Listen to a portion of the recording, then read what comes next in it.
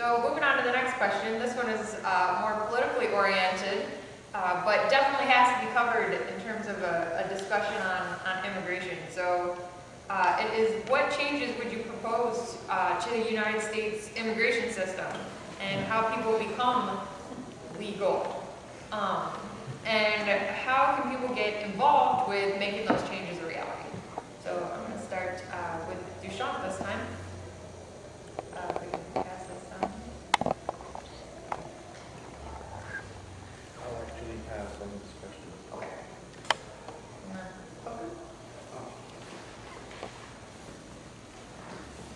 Yeah. Like you said, it's kind of political now. Before I answer the question, I want to ask myself one question, and maybe that question goes to everybody. Okay, we're talking about immigration, right? Okay. My first question is, do all this United States of America need immigrants? They need immigrants here in their soil. If yes, then I believe that they need to create some kind of mechanism to ease this immigration, to stop making people look at it like a criminal act. That's the first one. And then the second, if the answer is no, then we need to stop it.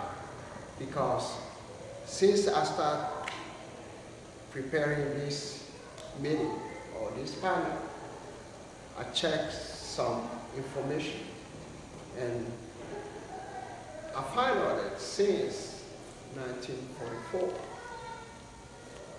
up to date, they're talking about undocumented immigrants.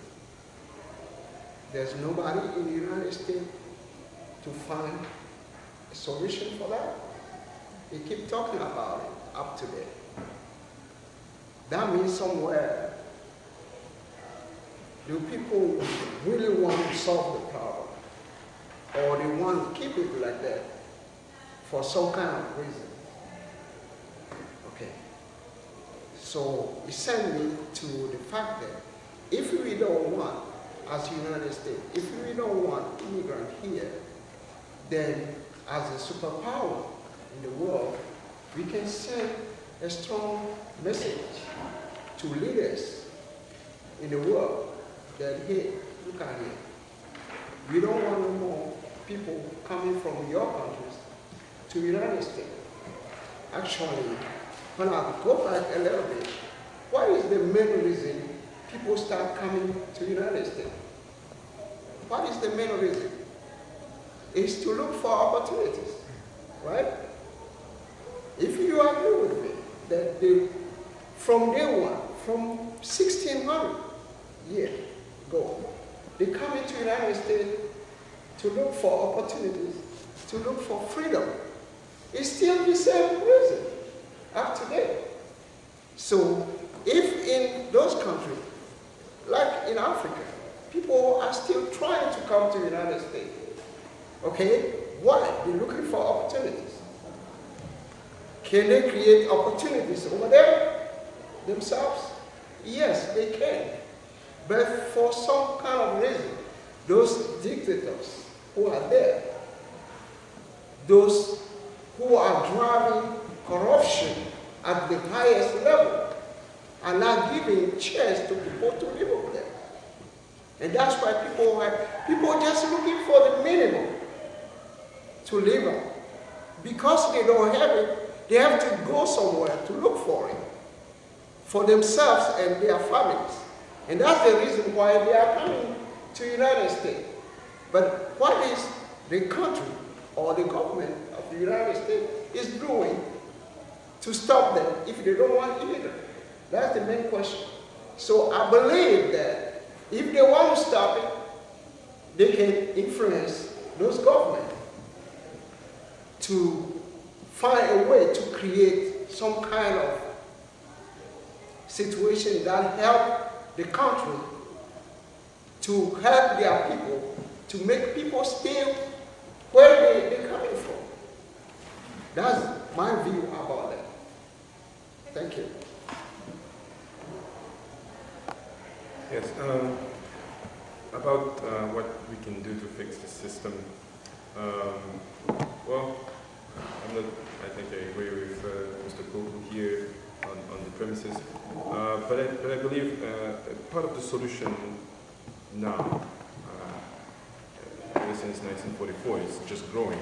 It's just keep on padding. So I think we should do something first for people that are already here.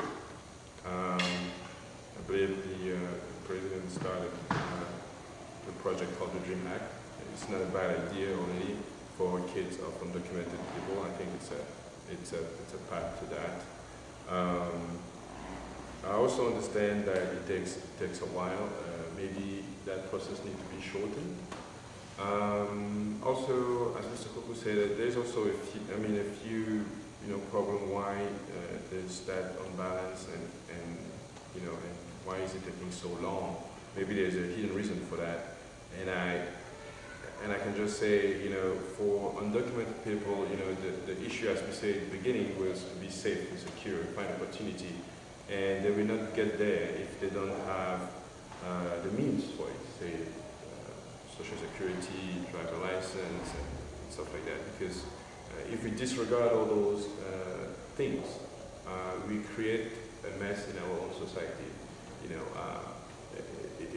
I'm certain that there are undocumented people that are driving cars, but I feel safer knowing that there is a special permit for undocumented people to take driving lessons and be on the road. The road will be safer for me than somebody who's just driving without a license but driving incredibly slow at 55 miles an hour on a highway. I mean, that kind of scares me. So there's a few programs that make sense like that, a few things that the government can go like 50% of the road, meet the undocumented at 50, half of the way too. Such a transition program to make them feel that they're integrated. And obviously the main reason is also that, the reason why I still wear my African clothes is because, I like my country, I would love to be there. As Mr. Koku said, there was just an injustice, an imbalance. In our country, we've had the same president for the last 30 years. I don't know any other president. I grew up with him. Maybe I'm going to die with him. I don't know. But he's been there forever. So those kind of dictatorship, it's kind of boggling our mind. And there's a reason why we go out and find other means for living. So, but there are a few little things that we can do already. As I said, small programs. And I think right now we have a few ideas on the way, but it just needs some more work, and we should do that.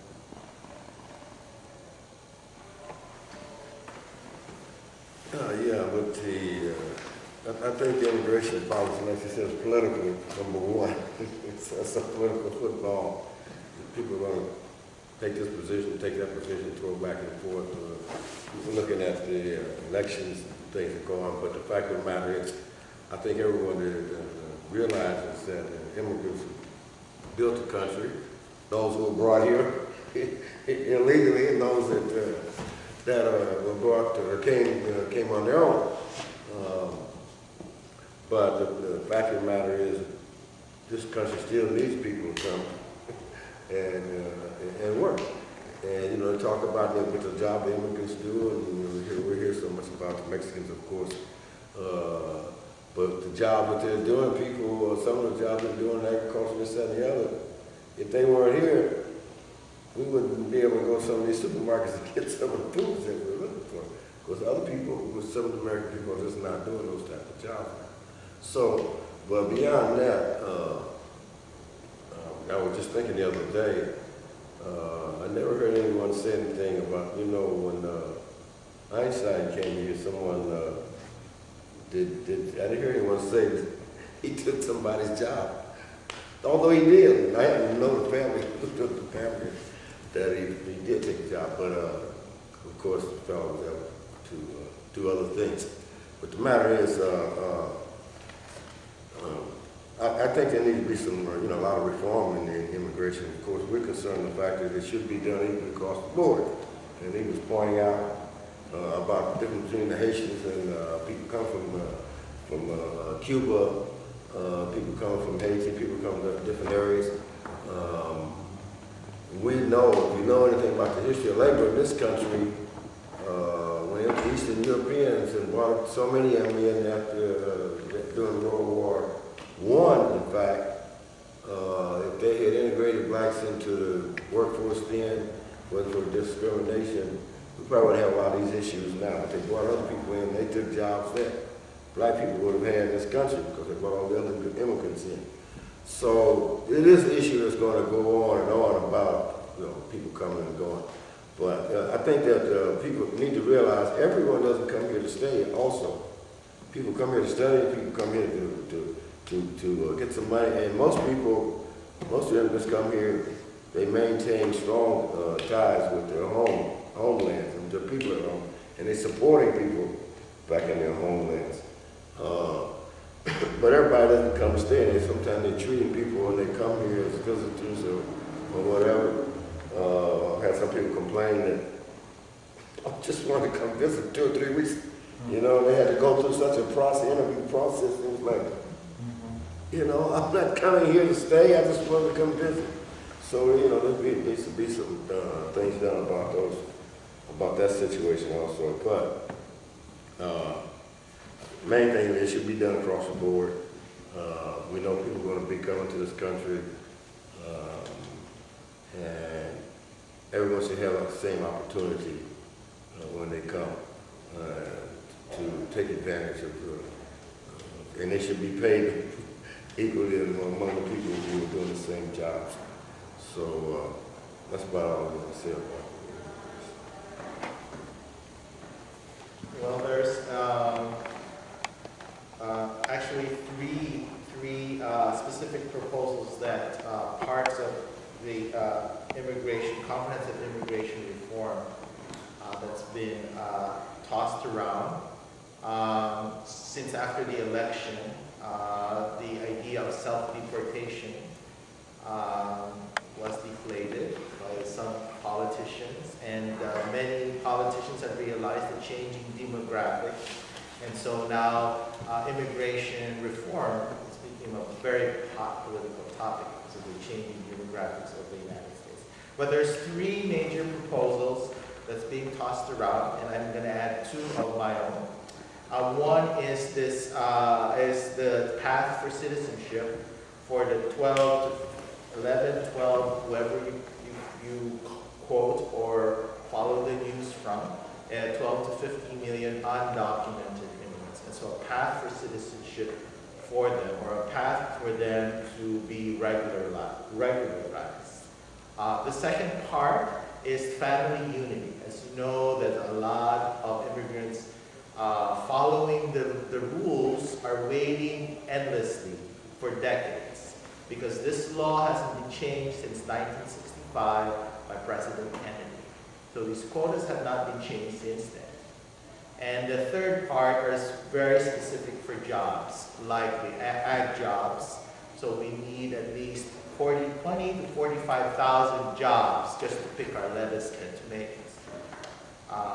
And then there's also segmented that Silicon Valley, financial services downtown, or Motorola needs these high-tech jobs because America at times could not produce enough highly skilled workers that they had to import them from India, from the Philippines for the specific jobs. So those are the three major pockets of immigration.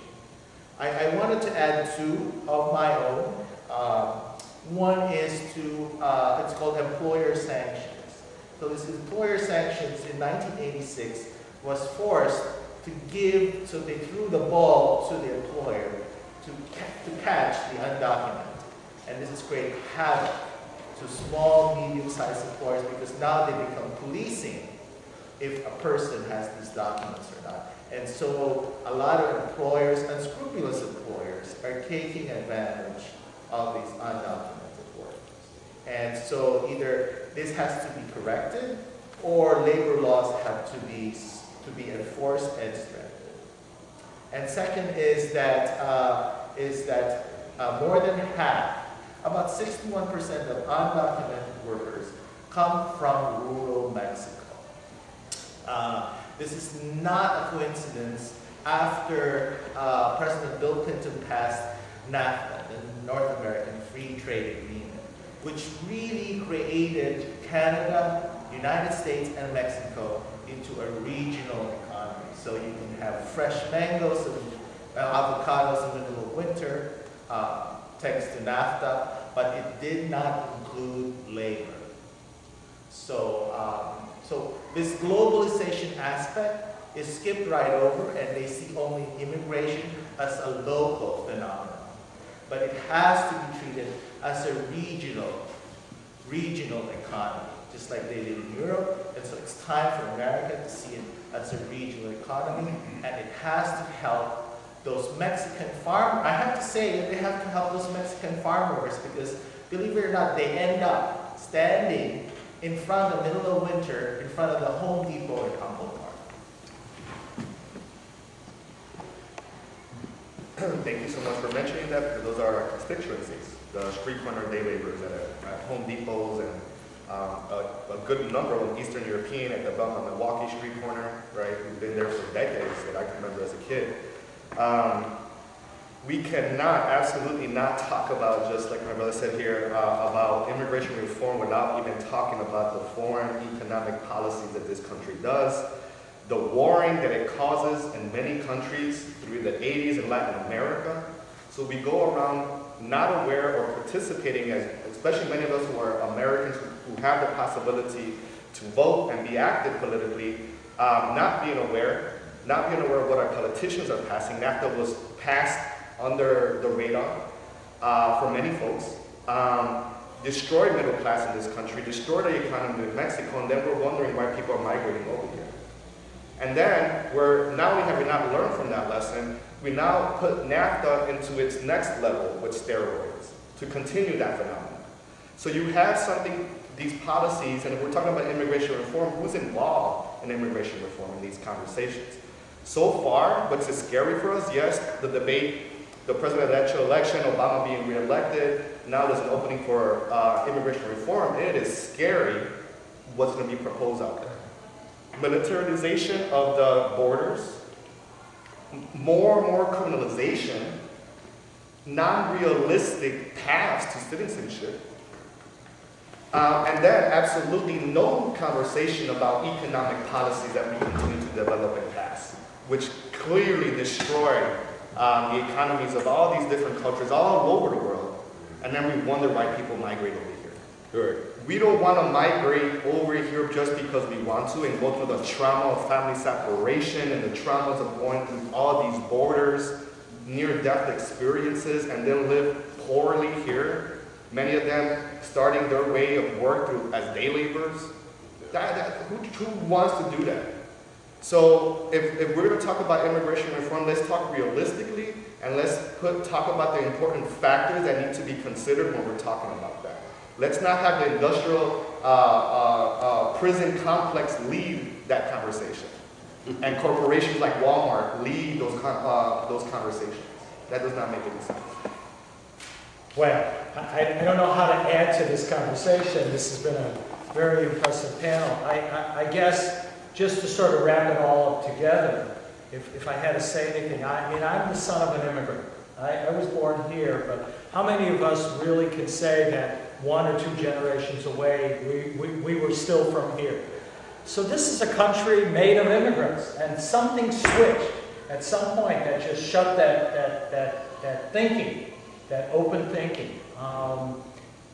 You know, probably one of the most impressive things that I have done, and I work with hundreds of families, but for me to see a ceremony where people become citizens is very moving. I don't know how many people, how many listeners have ever seen that, but I absolutely encourage people, if you want to feel a renewed sense of spirit and excitement, just read up about what everybody had to go through to get to that pathway, how long it took them, and to go to a ceremony. They are public ceremonies. They're not closed door. It's just we don't communicate to people enough where they are and when they are. But oh my God, you will be amazed. It's such an emotional experience. I run to go to any ceremony that I can because you know that these individuals, these families have done everything they can to become citizens of this country and feel amazing. Actually, they probably can answer more of the questions with sound information than I can as an American who was born here.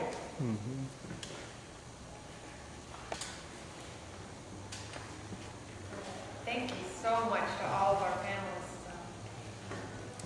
That was a lot of information. And I think that everybody had such a great perspective, and I'm overwhelmed, I'm sure that you guys are, and everybody else watching. So I'm going to see if anyone in the audience has a question. If you do, I'm going to bring this microphone over to you so that it will help them out. You can ask the panel as a whole, or you can direct your question toward one panelist in particular.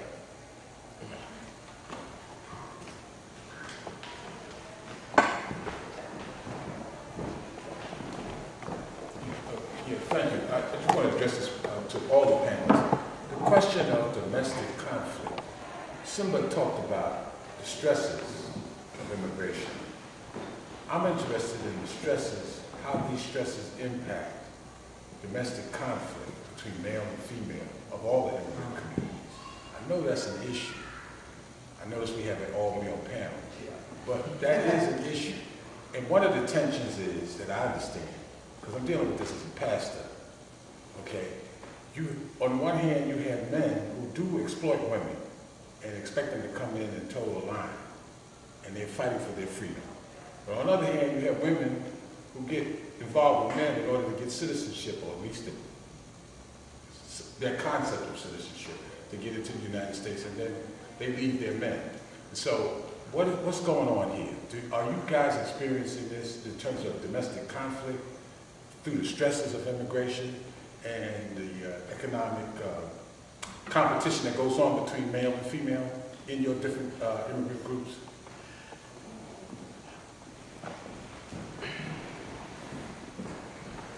I just want to offer one look at what's going on in this country. So we have an economy that's climbing out of the depths of recession. And we're struggling, unemployment is quite high.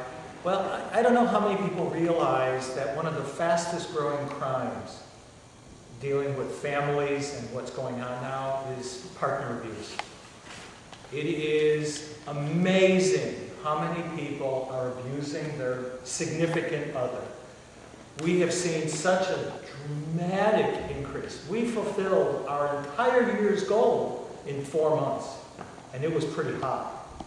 So the stresses of life here, and living between two worlds and living in secret, how do you go secret, do you go private, public, it's amazing what people have to deal with today between the economy and the stresses of a broken system. And it's broke. Thank you so much. And really quickly to add, something that we haven't mentioned is the growing commonality between immigrants and U.S.-born folks. With this economic crisis, we're experiencing many of the same things. Out on the street corners, it was primarily immigrants. Now I'm seeing a lot of U.S.-born folks coming out to the street corners looking for work. Something really important, a quick little perspective here for you.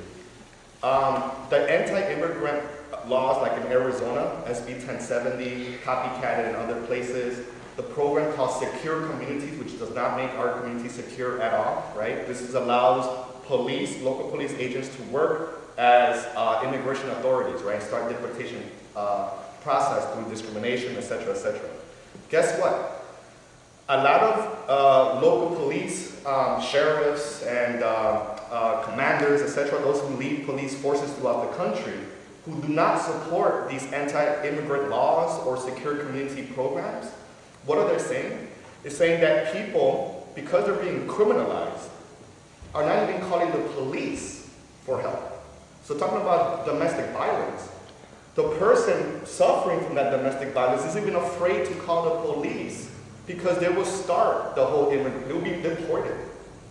There's cases of people right now sitting in detention because of that.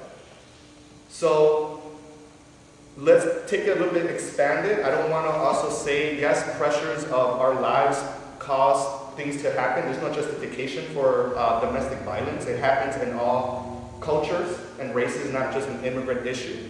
I think the pressures are now more similar as far as U.S. born and immigrant, as far as the impact of the economy. But I want to emphasize that one more time. We can't even call for help during a domestic violence situation because we will be arrested and deported through programs like secure communities.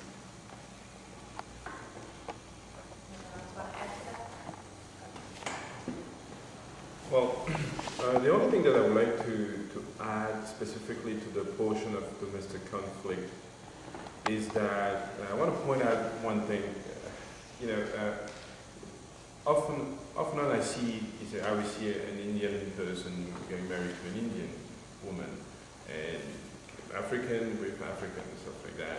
There's usually a lot of cultural, and basically the reason is we're trying to cut short through the communication process. We want to be able to speak the same language. For myself, for instance, I want to go home and speak French, things like that. So, but what's happening is that the fact that also, as you pointed out, that the path to citizenship or to being legal is so complex. It would happen that you see couples that are broken. You're going to see the woman balancing, or the spouse, I would just say, the spouse, the man or the woman, balancing the fact that, okay, I can either be illegal with you, or I can go and break this marriage and marry a citizen and stuff like that. So there are a few things going on with this economy and also with those policies that are not securing and bringing more stress in the couple. The man is maybe going to say, oh, I'm doing my best. The woman is maybe in impatience and stuff like that. So we see a lot of couples being broken and families separated and things like that. That's just the reality of actually a consequence of the uneasy path to legal documentation for the citizen. Just by one thing.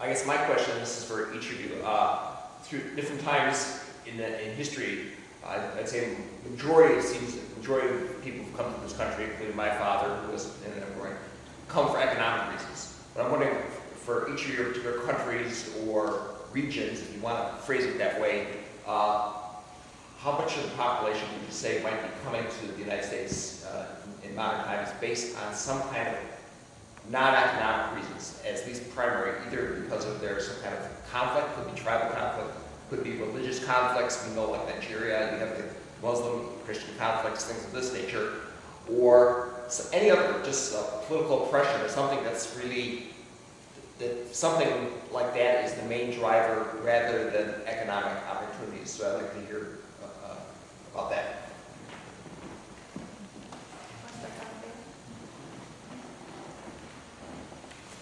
Well, I can say specifically, like in East Africa,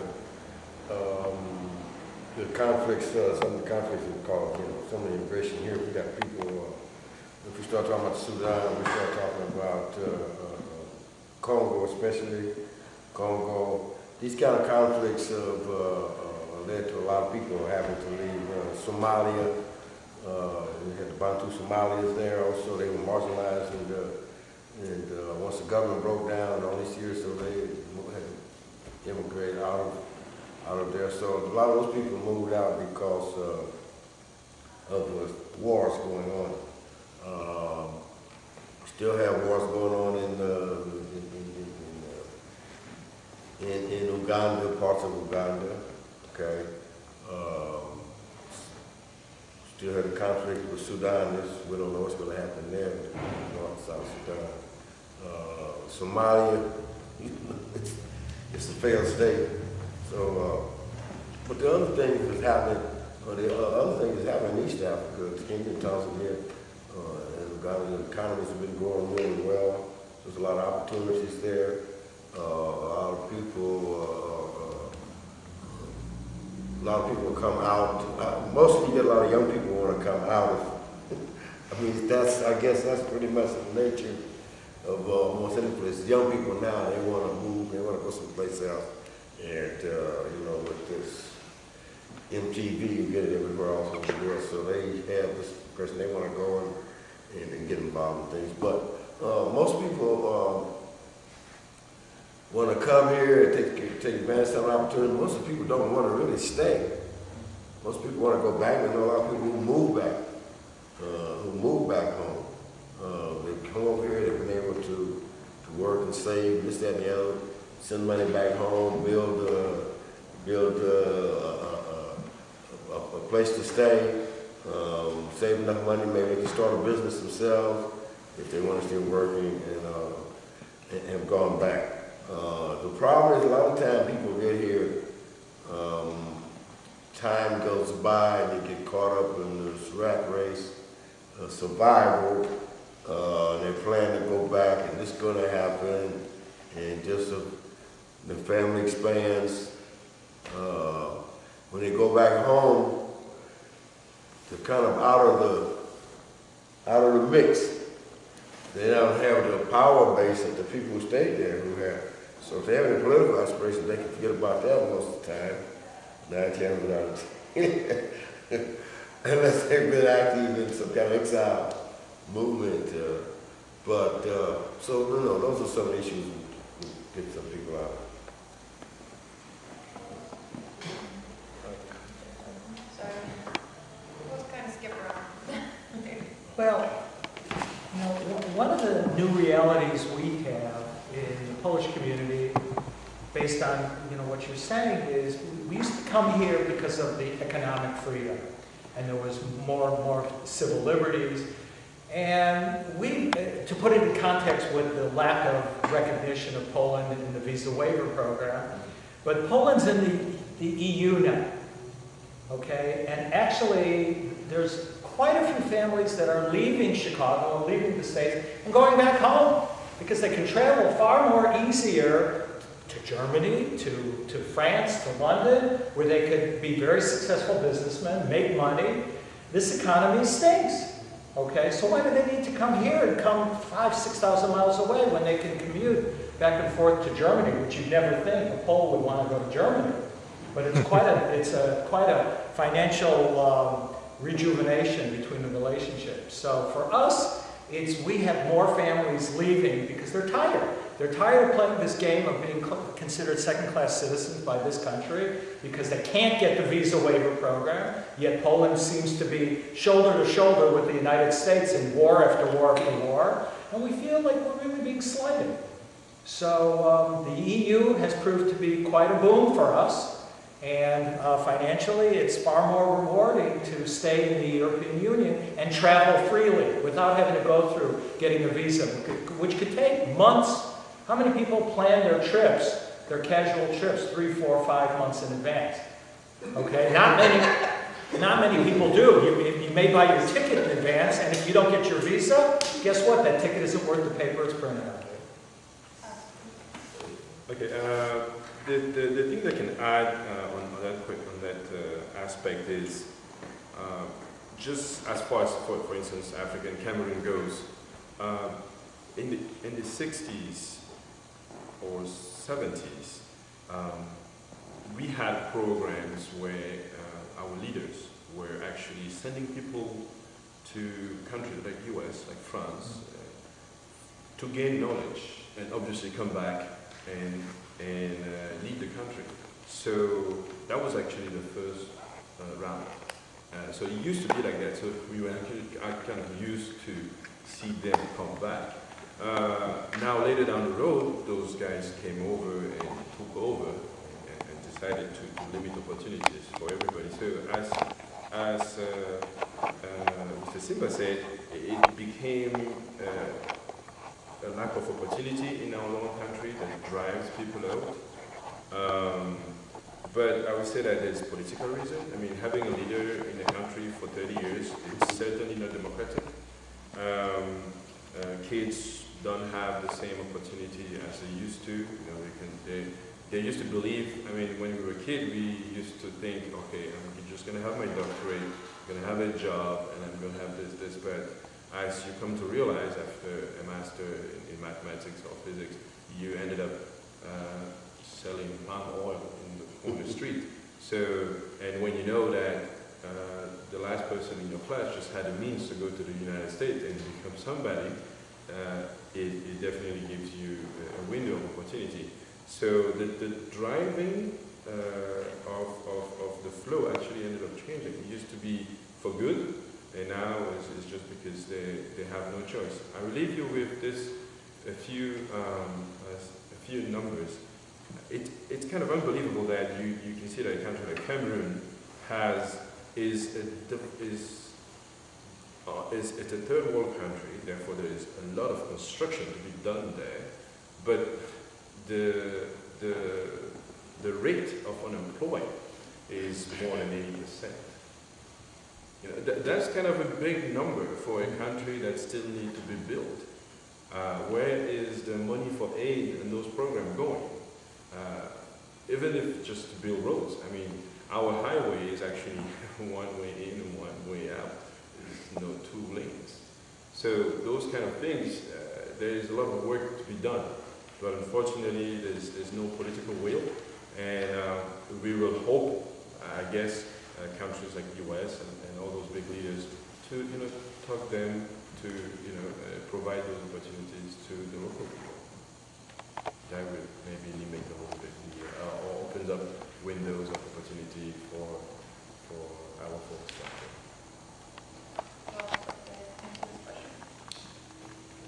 Also create more dialogue, and of course we have the right to work. If we work correctly, then we naturally build a tolerance against the obstacles in the life. And it's funny you asked that question, because I was thinking about, the way things were is an inherent beauty. Okay, it gave us what we have today. It's still there. It's just that it has to be cleaned off, dusted off, and once again allowed to grow. So I just want to thank everybody, and thank you.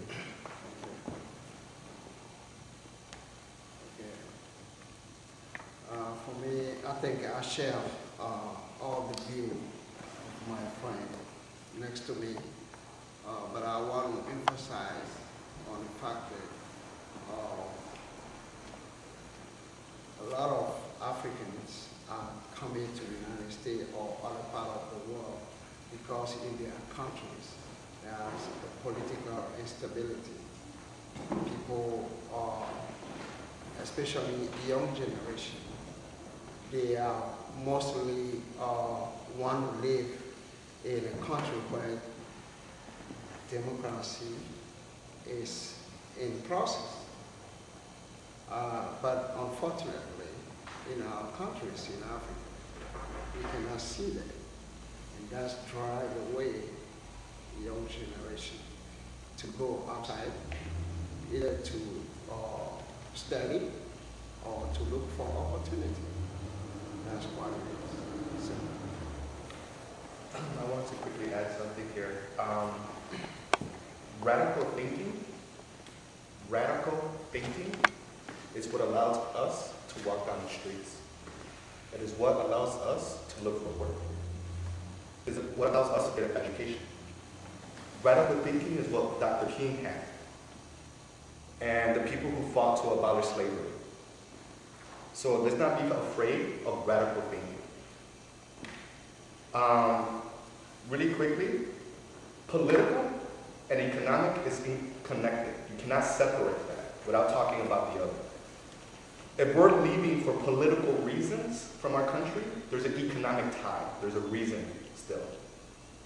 The war on drugs in Latin America. Poor excuse, there's no, on what drug, you know, that's not a war on drugs, right? So that created chaos in countries like El Salvador, Nicaragua, Guatemala, just to name a few, and now currently in Mexico and Colombia, where it creates chaos in that country.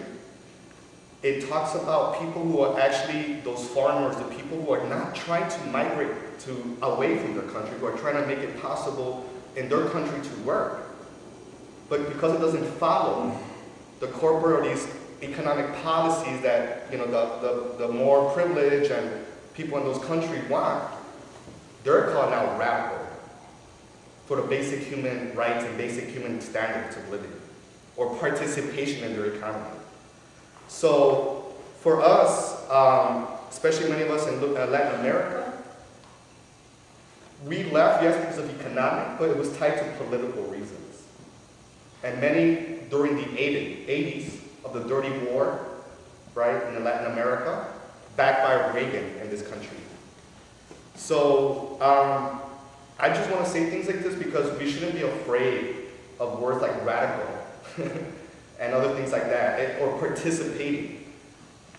When we don't participate or don't say anything or we don't step up, our countries are taken over by foreign countries like the US, destroy the whole systems that we built in our own country, and then we're forced to leave to another foreign country where we can't even participate in. Something has to give. So we do it here because we're forced to, because our backs are against the wall in our country. So something has to give.